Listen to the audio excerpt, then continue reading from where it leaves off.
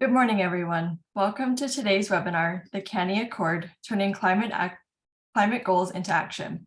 My name is Morgan Flanagan, and I'm the Coordinator of Events and Special Initiatives at the BC Council for International Education.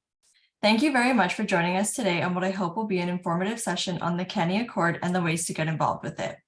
Today's webinar is in partnership with the CANIE Americas chapter. Before we get started, it's important to acknowledge that at BCCIE, we live and work on the unceded traditional territories of the Coast Salish peoples of the Musqueam, Squamish, and Tsleil-Waututh nations. Now, on to a few housekeeping items. I know we are all familiar with Zoom, but as a reminder, please use the Q&A function to send your questions. If you need any technical assistance during the webinar and during the discussion section, please use the chat box and we will help answer your inquiries. Now, without further ado, I would like to invite Sebastian Fernandez, COO at FPP, and CJ Tremblay, Founder and Managing Director at Alethea Global Cooperative, to start their presentation. Good morning. Thanks so much, Sebastian. I'll begin and thanks, sharing Morgan. in a moment.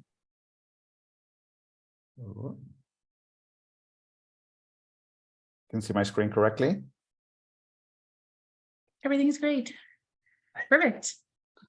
Well, thank you so Welcome. much, everyone, for taking the time and for joining us today, where we're going to talk about turning climate goals into actions. Is something Sebastian and I are very passionate about, and that is sort of who is here today. So I'll take a quick second to just introduce ourselves. Sebastian, why don't you introduce yourself to everybody? Yeah, thank you, CJ. My name is Sebastian. I am based in Buenos Aires, Argentina. That's home. And I am the Director of Operations at FPP. You probably heard about our company. We are a service provider to this industry, offering recruitment solutions. And I happen to be also the president of the Americas chapter at CANIE, which now CJ is going to explain some more details about what CANIE is and more about what we have today. Great. Yes. So thanks, Sebastian. I am CJ. My role at CANIE is I'm one of the founding members of CANIE, and I'm the current vice chair of the CANIE Global Board, and passionate and excited member of the Americas chapter. Big fan. And so we are very excited to be here today. My sort of everyday big girl job is I'm also the founder and managing director of Alethea Global Cooperative, also a service provider to the sector with respect to supporting institutions, associations in their decarbonizing work for international education, which is sort of not unrelated to what we're talking about today. But that's enough about us. We want to hear from you. We're going to jump in today with a poll. So we have a few questions. And if there you go, the poll's in front of you. So our first question is, does your organization have a climate action plan? This is going to help us set some context for today. So let us know if you've got a climate action plan. You may not have one, but there might be sustainability plans which talk specifically about climate actions and emissions reductions. There might be a sustainability plan, but no mention of climate action or emissions reduction, and you just not be sure. And that's fine too. And then we also wanted to know if you do have a plan, that does it specifically mention requirements for emissions. So if you have a climate action plan, you likely, yes, it does mention emissions. Your sustainability plan may or may not mention emissions, and it's specifically related to international education because this is the work that we're specializing in today, and that's who CANIE is for. And then also we want to know what are the barriers to advancing climate action within your international office. So take a pick, let us know what your sort of top issue is, because that will be really helpful for shaping the discussion and Q&A for today. So we'll give you just one more quick minute, and then Nilly or Morgan, I'll let you guys decide when we're all clear, once you feel like you have a sufficient number of responses. All right, so we'll give everyone just a minute.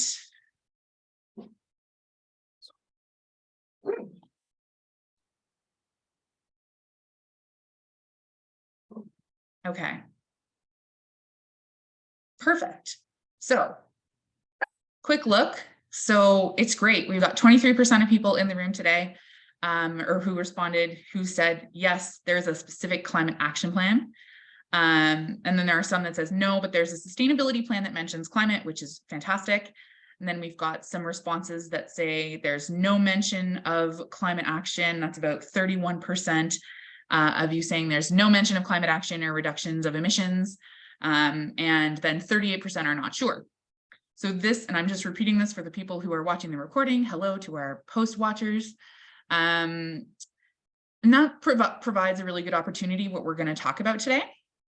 And then does the plan specifically mention requirements for emissions related to international? So 8% said yes, and then no and not sure, and there is no plan is 31, 54% are not sure, and then no plan is still that 1% respondent. So that presents, again, an opportunity for international educators, and we're going to talk about that today, and practitioners. And then the main barrier to advancing climate action within the international office is insufficient resources, whether that's time, human, or financial, was 46% of respondents. Insufficient knowledge about the intersections of climate action was at 23%. And then climate action of responsibility is really, that's the responsibility of another department, was around 8%. And then other, and so if you did respond other, I would ask if it's possible for you to sort of mention that in the chat and just share what the other sort of issues are, because that provides really important information for our discussion later. But this is really helpful, and I think it will be really helpful for our discussion, and thank you for taking the time to answer. And so we'll move on a little bit about what CANIE does and how it sort of can help address some of these issues. So a little bit about CANIE. It was founded in late 2019, and we had our first event in May 2020. So we were not expecting to have everyone familiar with Zoom by the time we had our first event, but we had really great engagement, and it's sort of grown. I would remind everybody that CANIE is a volunteer-run organization. So there is not a single employee at CANIE. Everything that CANIE has done and moved forward and advanced has been sort of volunteer-driven. It's a volunteer global board. We have regional chapters for engagement. We have global working groups, and every single person working on those, volunteer. So we're excited that we have like the reach that we have. We have more than 2,000 sort of practitioners from 750 institutions around the world. And our vision and why we do this is because we believe that there's the opportunity for the education sector that reaches net zero emissions by 2030. That is the urgency. It's backed by science. And so that is kind of where we sit. And we're sort of a little bit proud of having won the most recent EAIE President Award in 2022. That was very exciting, and have been 2-time finalists for Pioneer of the Year. So that is in large part to our volunteers. So if anyone in the room has volunteered for CANIE ever, thank you.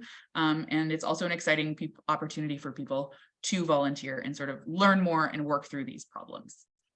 And then a little bit about our chapters. We do have active members of CANIE who can be part of these chapters, and we would encourage everybody here in Canada who can be part of the CANIE Americas chapter with Sebastian at the helm. So what a fun opportunity to get to work with Sebastian and sort of advance the knowledge and truth and support of this work forward across Canada.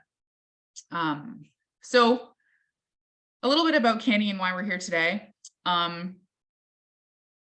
CANIE intentionally focuses on international education practitioners. We get this question a lot, and Ailsa, our co-founder, said it best. It's because with the onset of climate change, we don't have the time to wait for students to rise to the position of holding the purse strings.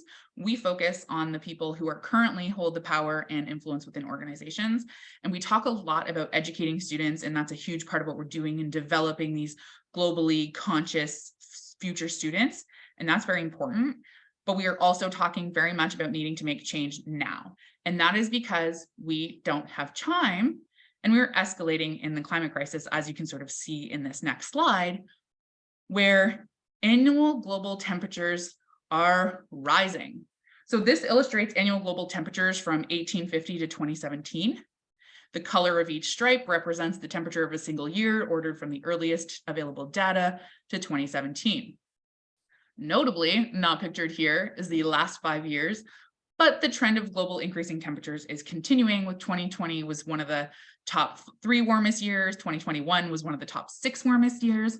So we're definitely like moving in this very warm direction. We are in deep trouble, and that is why the sector of international education has to decarbonize our operations in order to start changing this trend right away, because we want to reduce our contributions to the planetary crisis. And I just want to give a little bit more context. This is kind of, I call it the donut, and you'll hear me talk about the donut a lot, but this is kind of what the global greenhouse gas emissions look like by sector. This is a graph from Project Drawdown. If you look at this, transportation only accounts for about 14% of global greenhouse gas emissions, with air travel responsible for about 2.5% globally. Now, this seems relatively low compared to other industries such as like food, agriculture, land use. However, emissions from air travel are projected to grow sharply with the expansion of like low-cost airline and post-COVID sort of revenge travel. And so even if the aviation industry meets its emissions targets for like mid-century, it would consume 12% of that global carbon budget. And if it fails to reach its target, it could be as high as 27%. So we're looking at sort of the wrong trends. And it's important to note that like this is not our sector's proportion of emissions. We rely, like if you were to redraw it to represent emissions from international education activities, it would look very different, with emissions from flying taking up a much bigger piece of that donut. So the science is clear here, where the impacts of the climate crisis are system-wide, of course, far-reaching, and they're all intertwined. But the extent of the problem really demands action beyond just sort of looking at this and saying, okay, well, 2.5% of flying doesn't seem like all that much. So it's important for everyone across every sector needing to act on climate. And so you will hear me say, I say this all the time, sorry if you've heard this already, but in the face of this climate crisis, our climate crisis, every job has to be a climate job. So how do you look at the work that you're doing today? And how do you make that as sort of limiting its emissions as possible? And so that's sort of the global context. And I want to take it down a little bit to some groundbreaking research that's been done. We just didn't know before 2020. This came out in the Journal of Clean Air Production in 2019. We just didn't really know before then what even the impact of international education was on emissions. We know very positive impacts of international education on people, development, and growth. We know all the really positive things that international education does, but this gave us a glimpse into what the costs are and the cost benefit analysis that we do every day. And so in this study by Professor Robin Shields at Bristol University in the UK, talked about how they tried to estimate not an accurate exact accounting, but really showed how much emissions the international education sector, just student travel. So it's important that this is emissions associated with per year with global students who are just looking to do a 4-year sort of degree. This doesn't talk about mobility exchange opportunities, and it doesn't talk about a lot of other things that we're going to look at in the next slide. But what it did say was that the emissions per year are 14 to 39 megatons. And when you talk about what that even means, that is equivalent to the total annual emissions of a small to medium-sized country like Croatia or Jamaica. So just international student travel looking to gain degrees are emitting the same amount of a small to medium-sized country. So it's good to know that. Now, what this study also looked into is that the CO2 emissions per student are falling, because there is an accounting for making a change. When you go into a different country, your behavior changes. And when you're going from a high emissions country to a lower emissions country, there is the opportunity for emissions to reduce. Grids are getting better and the emissions per students are falling. But what is also rising is the number of globally mobile students. So we're looking at this as sort of the reality of where we're at. And what we talk about on the next slide is that it doesn't really talk about the entire scope of what those emissions are. It only talked about student travel related to degree-seeking institutions, but it didn't talk about education abroad. So it didn't talk about short-term exchanges, semesters, work, co-op abroad. It didn't talk about research, conferences, professional development, partnership, recruitment, missions, agent visits. It didn't talk about any of those things.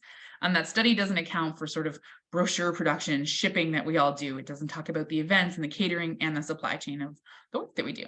So we have some information, but we don't have all of it, and that's okay. It gives us a sense of being able to start, and that there are actions that we can start taking now that will help us moving forward. And one of those things is the CANIE Accord.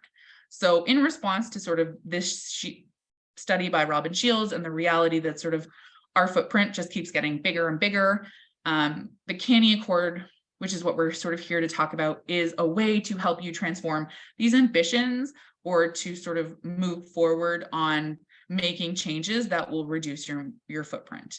And so the CANIE Accord is what was launched in April of 2021. So about 1.5 years ago, almost 2 years ago, No. So that was the international education's response to the climate crisis. Specifically, what it is a public commitment and also a menu of practical actions that you can take. What's notable, I think, about CANIE and the Accord is that it is for international education by international education practitioners. So in November of 2021, we had a leaders forum with 57 leaders from across the sector globally over 2 sessions. And what came from that was that we need some sort of guide to help us work on this decarbonizing or help us give us a direction on decarbonizing, because this isn't our specialty, but we know that we have to do more. And so from those sessions came the CANIE Accord. There was content consultation, and it was done by a group of volunteers as well in order to create very specifically a document that says, and this is what we're looking at on the screen now, there are contextual parts of the CANIE Accord where we talk about specific definitions, specific commitments, and like what we agree to do as a sector and the purpose and principle of the Accord. And then there are articles within the CANIE Accord that have specific actions within different categories. And you can see them here. So we talk about leadership and influencing, emissions accounting and reduction, travel, facilities operation and procurement, and climate education. And there are 70 actions in total. And within each sort of article, there are categories where actions can be classified as either basic actions, better actions, and in a few of the categories, there are sort of best actions. And so in order to become a signatory of the CANIE Accord, we'll talk about the requirements later, you have to sign on to 5 actions across 3 of these different categories. Now, that might seem like you don't even know necessarily what each of these actions are. So there's a sister document that was created alongside of the CANIE Accord, and that's the CANIE COP26 Glasgow paper. This paper is, digestible in size. It's not, I think it's like 30 pages long. Yeah, so it's like readable, and it talks about important definitions and acronyms that are referenced in the CANIE Accord. It contextualizes climate action in international education. There's an executive summary about sort of where the CANIE Accord came from, why, in the context that it exists, why it exists. And then there's some context around the different articles of the Accord as well. And it's full of relevant resources and data and research with references to those sort of studies to help you advocate for and move this forward. Now, in order to become a signatory, what you need is to, as I mentioned earlier, you have to sort of sign on to all of those elements. So you have to agree on the purpose and principle of the accord. That is sort of foundational to the work that we do. And you must commit to 5 of the 70 actions across 3 of the 5 categories that we talked about earlier. So that seems not particularly onerous because there's a lot of stuff you're likely already doing, but it is an important, there is sort of the principles are important to agree on. So I did want to just do a deep dive on Article 3, which are the purpose and principles, because it's something that we talk maybe not enough about. And so the purpose of the accord is to strengthen and accelerate the response of the international education sector to the climate crisis. So we're not mincing words here. We are in a climate crisis, and we believe that CANIE has a responsibility. We believe at CANIE that international education has a responsibility, and in sort of brackets, is also very well positioned to lead on this and respond. And so the principles are taking immediate action, and immediate and collective action to reduce emissions and the negative impact of our activities, where we are influencing organizational vision, strategies, and policies to align with sort of science behind net zero. Principle number 2 is around collaboration, innovation, and education. And it's important that we collaborate and innovate globally to build climate education within the sector to reduce our emissions, in addition to development of student global learning outcomes and action on climate. So yes, we just want to acknowledge that as practitioners, we have a duty and responsibility now to collaborate, work together, and come up with a different way to deliver international and climate education within this sector in order to reduce our emissions, but also recognizing that we are educators and we do want to continue to educate students. And I think that that's where a lot of institutions are doing a lot of great work. And we just want to make sure that we're talking about taking immediate sort of action on collaborating and innovating together.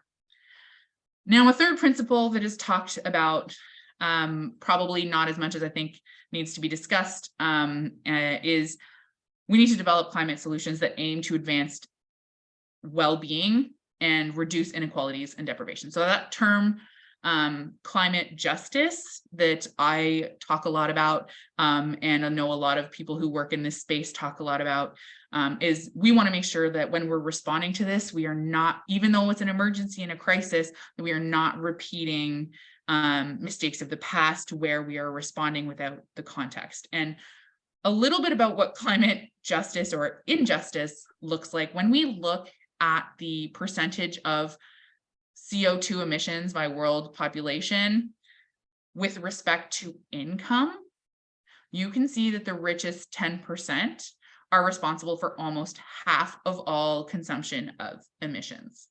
And sort of on the flip side, that bottom 10%, the poorest 50%, are responsible for only 10% of those emissions. So it's important for us to sort of remember that when we are talking about taking these actions. And that's foundationally one of the principles of the Accord.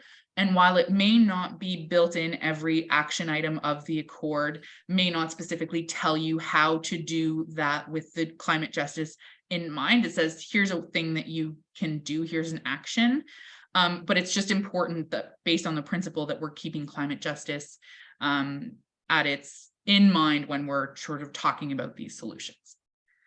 And sort of to date, the impact of the CANIE Accord is that we have 30 plus signatories across 13 countries. And what I want to recognize here is some of the most, like we've got as CANIE, some of the leaders in this sectors. So we look at all the conference organizers. We've got AIEA, API, EAIE, and IDP, who offers the sort of AIE, the one in Australia. I always get it wrong. Yeah, so many acronyms, but IDP Education hosts the Australia International Education Conference, AIEC, there it is. And so we've got really in the Forum on Education Abroad. And so some of the leaders in this sector have signed on to the Accord. I think that at CBIE this year, they publicly announced that they were committing to signing on to the CANIE Accord, and they're working through that at the moment. And so we've got like the global leaders, right? We look to these associations, we look to these conferences, and these are the leaders in this space. And they have signed on to the CANIE Accord, and we're working through a lot of institutions and associations. The only Canadian association is North Island College at the moment. And so congratulations and thank you to them. And that does bring up an interesting question, which is, and we're going to talk about this later, is what is the barrier to signing on to this as other Canadian institutions? And that's kind of why we're here today, to sort of reduce those barriers, answer questions, and make sure that you sort of have information that you can move this forward. And so we just wanted to like recognize North Island College here. That's great that they're a signatory. And the CANIE Accord is really looking to leaders in the sector to step up and take that action of signing on to the CANIE Accord. So I look forward to having BCCIE and the team there sort of sign on and take leadership. And I think that there's a lot of other members in Canada, associations, institutions that can sort of continue to advance this. And so I guess with that, Sebastian, we wanted to ask another question, correct? Yeah, indeed. We wanted to ask another question. So if Nelly, you can release the poll. Release the poll. We wanted to know how you're feeling about the CANIE Accord with everything that CJ just explained about it being a menu for actions and also a public commitment to climate action. How do you feel about your institution, your organization towards acting and as we named this session, turning climate goals into action? So we have the question there. Okay, let's give it 2 more minutes.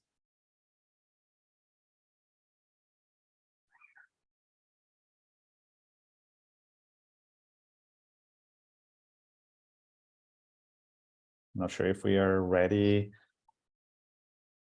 Just one question here. CJ, anything to add? But basically, we want to know what's the feeling from this group. Okay, so I see the poll. Okay. Yay. Nice. Okay, so for those people who are joining us and viewing afterwards, the poll question was, how are you feeling about your ability to advocate for advancing the CANIE Accord at your international office / within your institution? And the options were, let's do this. My international office is going to sort of sign the Accord today. You got a respondent that said that. I love that for us. Congratulations to this respondent. I am ready and willing to do the work to advocate for this at my institution. Was 32%. I want to move this forward, but need support and or sort of guidance and continued information, was 63%. And I'm really happy to see that really don't see how climate action is a responsibility of the international education. 0. No respondents. Everyone is at least in on this and just might need a little bit of support and understanding that there is some work to this. But I think just recognizing that it is an opportunity. And I think that's kind of what we want to talk about today is in the first step of the discussion before we wrap up and open for question, is that there is an opportunity here. And so Sebastian, I'll let you take it away. Yeah, basically there's an opportunity, and I will be explaining to everyone there. Some of you requested more information, so we're going into that immediately after the discussion. Now we still have half an hour on this session, so we're going to cover many more questions, and also we are available for any other question that you may have after this event as well. But today we wanted to get a little bit out of your information in this discussion, and unfortunately, being a webinar, we cannot have you opening your microphones and so on, but you can use the chat section to kind of reply to the discussion topics that we have here, which are the barriers that you would see towards climate action. And one of the questions that I want to have there is climate action a priority? Because in the very first question that we made in the first poll, we were asking, it's like, what are the barriers? And many of you said, we don't have the time, we don't have the resources, we don't have the human resources or money or whatever. And that was, if I'm not wrong, 46%. That's a lot. So that means if for half of you, climate action is not, you don't have the time, you don't have the resources, it means that it's not a priority. Because in organizations, usually whatever is a priority will get the resources allocated. And that, of course, is not your fault, it's the administrator's fault and the whole system fault that we are here today advocating for change. Because when CJ presented the donut, you may think that, oh, there's a 3% towards industry, there's a whatever percent towards electricity production. Well, those also have an impact on international education, because the way that we operate, every single step is involved. When you print a brochure, that's not only the process of forestry to get the paper, that's also the electricity that was consumed by the manufacturing company of the paper, that was also the electricity produced by the industry who printed that. And yeah, that brochure ends up in international education, but it cannot be allocated to us. So if we cut on that, for example, then that will reduce the whole other industry. So that donut is not just to one sector specific. It's great to have it by each sector, but we cannot say that, oh, whatever is electricity production, I'm not there. It's like, that's not my job. Yeah, it is our job at a certain extent for the resources that we consume. So CJ, anything to add here? Yeah, well, I think that I just wanted to see if anyone could post in the chat what they might see as an opportunity for being a signatory. And then if we just go through each of these, and I sort of did warn Sebastian that I might do this, so I am going to do this. So if you could, all of our participants, I'd encourage you to drop in the chat what you might see as opportunities for becoming a signatory.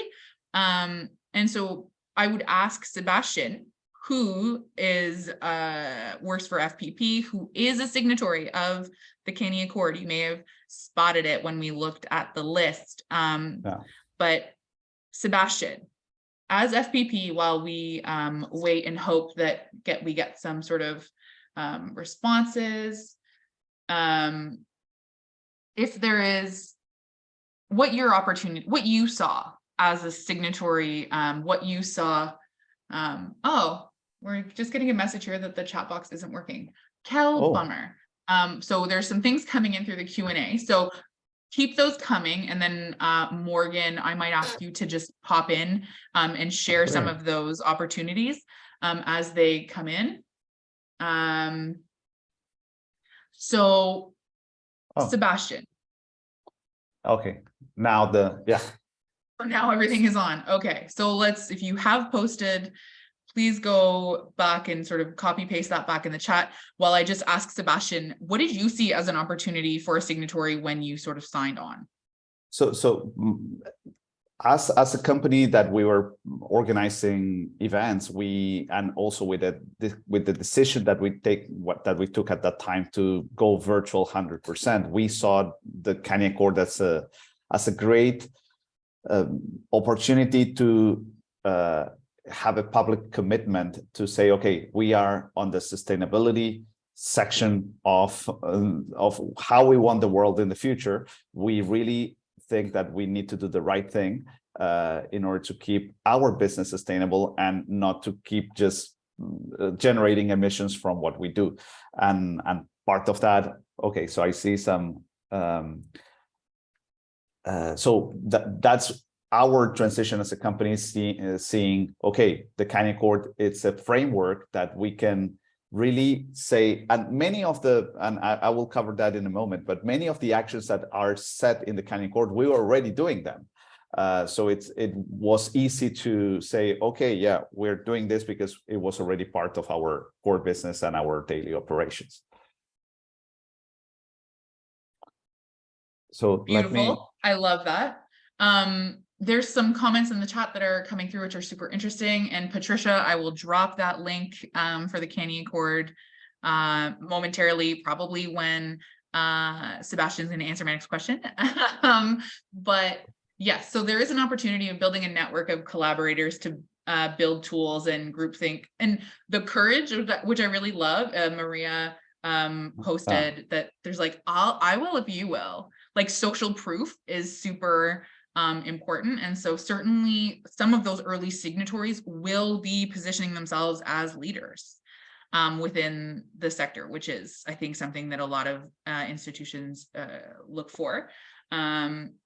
Ruth, you're right that it would go hand in hand with your institutional climate and sustainability action plan. There is an account, there's sort of an action in there that specifically talks about working with your sustainability plan, and this gives you like a thing to talk about if you don't. Sometimes people just don't know where to start, and that is one of the barriers that we see, and so that is an important point. I think that I love the discussion coming through, so this is fantastic. I would also say that something I haven't seen here is that students really care about this. Yeah. Students want more sustainability at the institutions that they're choosing. So there's certainly an opportunity to position yourself as sort of someone who is taking action on this. And students believe that, and there's research about this and out there, students believe that it is the responsibility of universities, post-secondary institutions. Students believe that, and students are making the choice based on this. There was a study that came out that said specifically that 9% of students, this is the single most important factor when deciding, and that more than half of students look at your sustainability plan, but that 9% of those students that is the single most important decision factor. And that doesn't sound like a lot, but actually that same survey showed it's the same amount as like the location of your institution. It's the same amount as postgraduate work opportunities, right? Like what are my career options after this? And it's just as important at that. And institutions have invested a lot in promoting their locations and talked about a lot about those other things. And so there is an opportunity for students there. And so that's great to see. Barriers for would-be signatories. And so I would encourage you to post them in the chat. We did see one. In terms of barriers, financial and human resources are a big factor that impacts our plan. As a small organization, the resources are allocated on our core operations. However, I know that we'll definitely be interested in pursuing the Accord on our board. Love that. Yeah. And you alluded to this, Sebastian, a little bit earlier, and it sort of is not connected to climate action being a priority. But talk about financial and human resources as a barrier.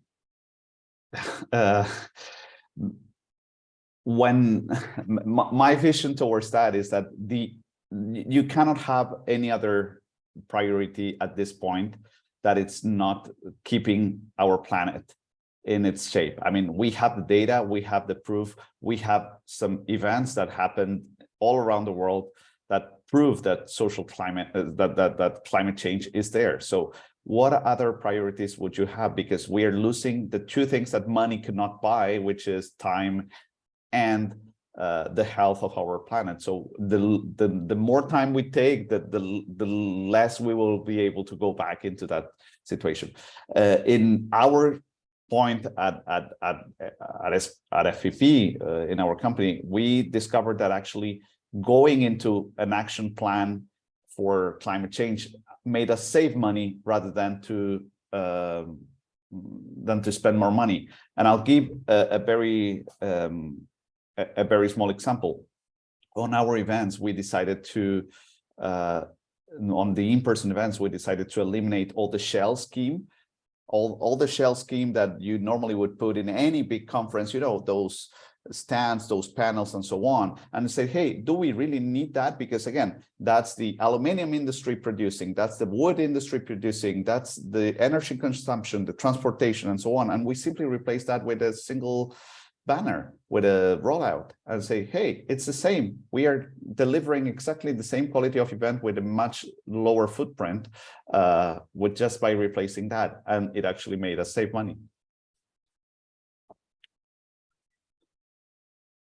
Wonderful. And you sort of alluded to something that I'm going to ask you about, and this is sort of, is climate action a priority? What are the priorities? There's some really good discussion happening around, you know, executive leadership and maybe sort of mission creep and scope creep.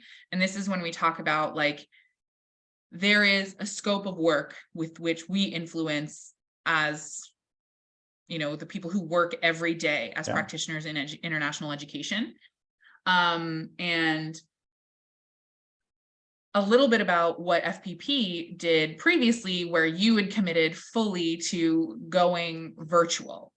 Right. And you recently sort of went back to offering things in person. And I think that this is something where, when we talk about the scope of influence that you can do just as an international educator, and this sort of addresses also Maria's comment around, in the realm of international education, the fundamental challenge and threat to not flying poses to business as usual. And there's a lot of like words there around business as usual and threats, but there's opportunity that you talked about. There's opportunity for students, but specifically within international and mission creep. And if international offices can sign this, with respect to FPP, one of the things, because you recently went back to offering from just 100% virtual to in-person, those are two things that are connected. I'm wondering if you could sort of share a little bit about that. And again, I'm putting you on the spot. So. Yeah, the goal here, when the pandemic started, I mean, at least at the company I work, we were very innovative at the beginning. We started with virtual events in 2012 and so on. So when the pandemic hit, we were ready, and we had a lot of years of experience on virtual events. And we said, okay, this is the future. Students will, I mean, if students do everything on their cell phones, from ordering a taxi to watching a movie to connecting with their friends, why would it be different choosing their next university overseas? Why? It's like we really found no answer on why the students would not choose to do that online. And we were thinking on students first. So we decided to go virtual 100%, period. We took that decision, we announced it to the industry, and we went there. And then we were listening from a lot of our clients like, oh, you guys were the best. Why are you not doing in-person events anymore? So it was a big pressure that we received from our clients, the universities, that we said, okay, we cannot just not be there.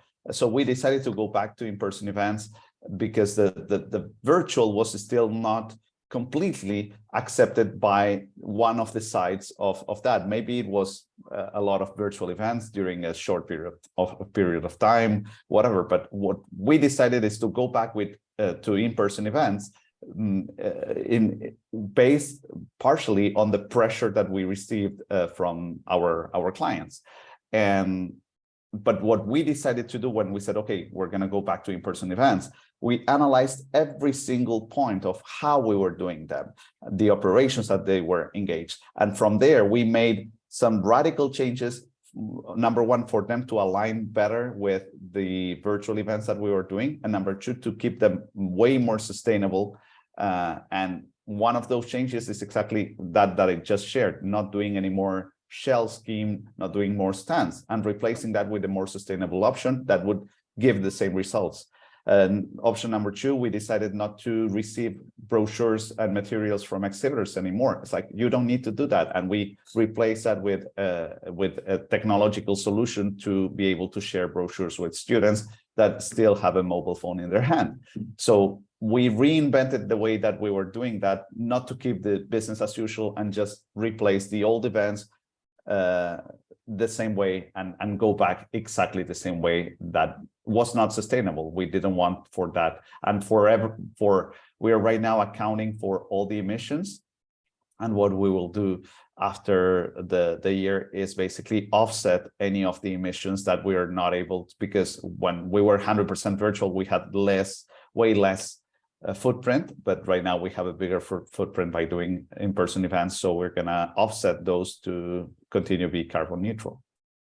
Okay. So thank you for that, because I did sort of put you on the spot. And I just wanted to address, I'm sorry, I'm just going to go back in the chat again, because you mentioned it. We heard business as usual. It was mentioned earlier. And what I really like is that even though you changed and went back, climate action is still a priority, because you did not just go back to business as usual. Now, of course, pound of emission per hour flying is the most carbon intensive things human beings can undertake. And we maybe, don't always know that or are aware of that impact. But business as usual doesn't need to be exactly as it was before. And I think that fundamentally, in response to the crisis, the job of international education has changed. And when we talk about scope and mission creep, and this isn't my issue, and I think that what's great that no one believes that, is that there are things that you can influence. You, as a practitioner, as a manager, as a director, can say, we want to work in virtual events. And so if you're not getting that pressure, you as a service provider are not sort of forced to sort of change your business model away from being the most sustainable and climate conscious to really back to sort of accounting for those travel emissions from your clients. So I think that's an interesting point, and it does sort of speak to, Maria had a really great question, is there a focus on alternatives to international travel and making those alternatives viable? So international travel specifically, if you're saying, are there travel alternatives? Yeah, it's way easier in Europe to do this stuff than it is in Canada, of course. But in terms of how internationalization, how international experiences happen, there's absolutely work around that. And then there's sort of, how does the education happen, right, for students? And then how do we change operationally? And sort of that sort of part of, even for you, where operationally, these are practitioners saying, I think it's better on the road because I'm more comfortable with how it was done than how it's done now, or how virtually. And, fundamentally, the job may have changed where international recruitment has a heavier digital marketing focus. You talk mobile focus. You talked a lot about sort of research where all those young kids are on their phones all the time and do everything else. And so why wouldn't you look for an institution, talk to an institution, research an institution entirely on your phone, and build a relationship with an institution entirely virtually? It can be done. Exactly. So some really interesting comments.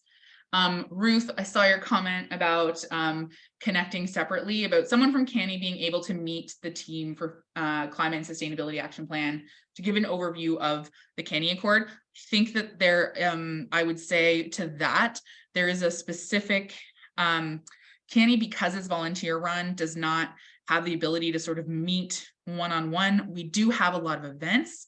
We do have a lot of chapter meetings. And I do think that that is the best way to do that. And Sebastian's like, what a beautiful transition to sort of the next point.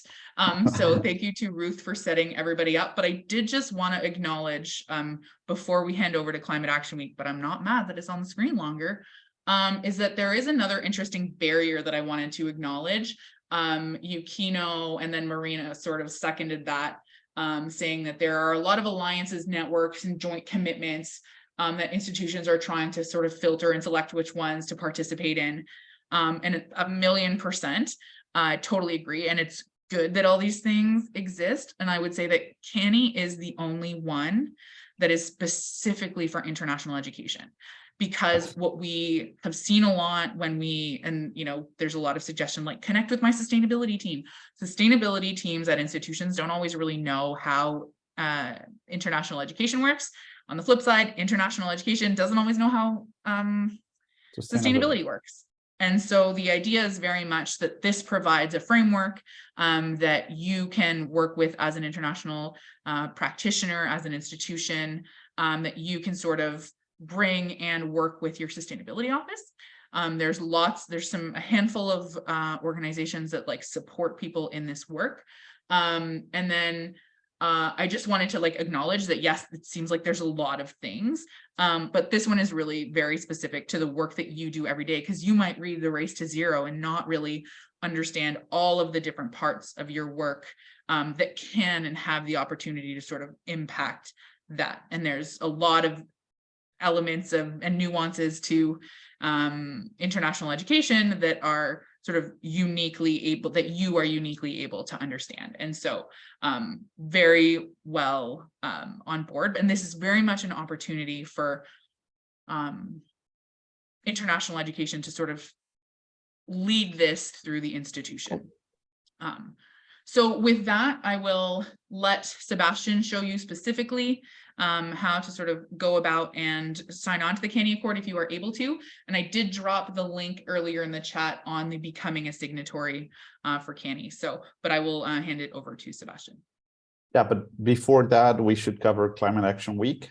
That's an event that will be happening now in April. We usually have one Climate Action Week a year.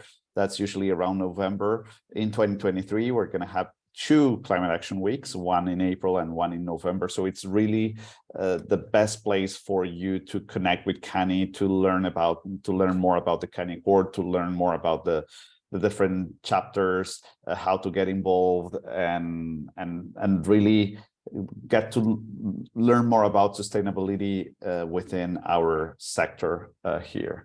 So we can share, CJ, we do have already the link for the registration for the next Climate Action Week. There's a series of sessions that you can join, and we'll be sharing the link later on with you here, so you can visit. Otherwise, you can always find all the information on the CANIE website, which is canie.org.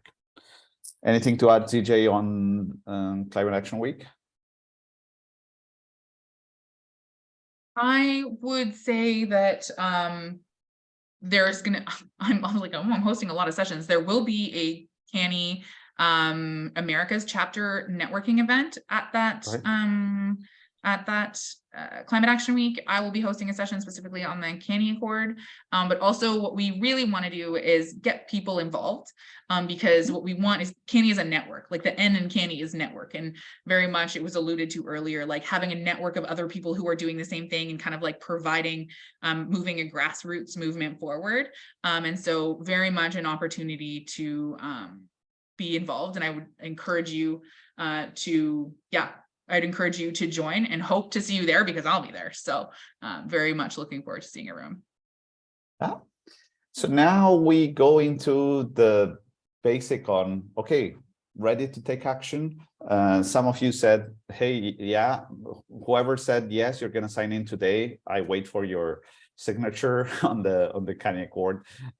For others that you need more information, I will be providing a little bit here. Otherwise, you can connect with us as well, because I really think it's important to the first step that I would do is, of course, going into our website, and you can fill in the CANIE Accord form, but in that same website, you can download the Accord and review the 70 actions that are spread out, the categories that we named.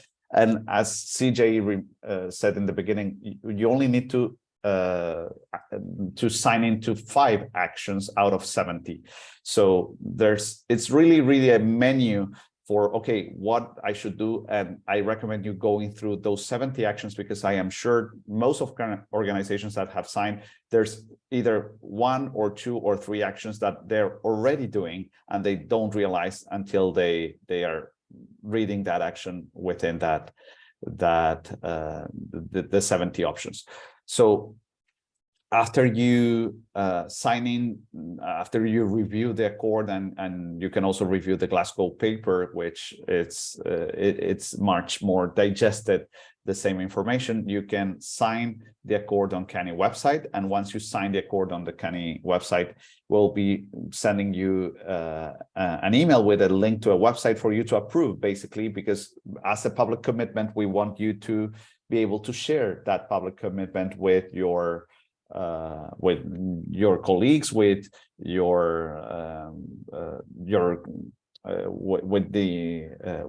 with your students, with your agents, with anyone that is related to the industry, for them to see the commitment that you have taken. So this is how it looks, the signatory directory on CANIE's website. They will be able to search for you, and for each institution, it's going to be clear which commitments you took, and that way they can follow up on you. So far, this is a non-binding agreement. We are not going to be controlling over that in the CANIE Accord. And also, when you have your page within CANIE on your commitments, there's a different commitments there highlighted on which are the actions that you have decided to take, and which you're going to be committed to.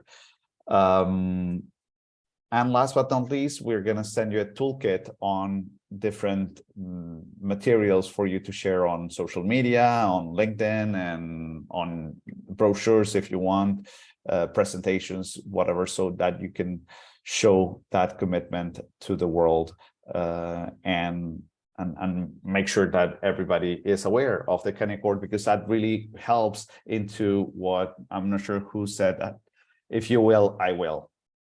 And that helps to add more institutions to sign the CANIE Accord and make a commitment towards climate action.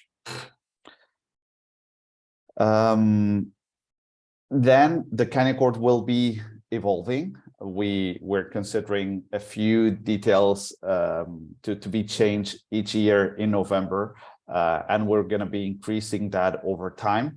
And that way, we're also going to include some important details about making sure that you're really reducing emissions by calculating them. That's another story, but will come later. But it's really important to calculate your emissions in order to know that, because you can't manage what you can't measure, and measuring your emissions, it's the best way to know that you're really you're really contributing to reducing the emissions of your institution. And I think that's it for me today. Not sure, CJ, if you have anything to add about the future of the CANIE Accord, and we can go into Q&A.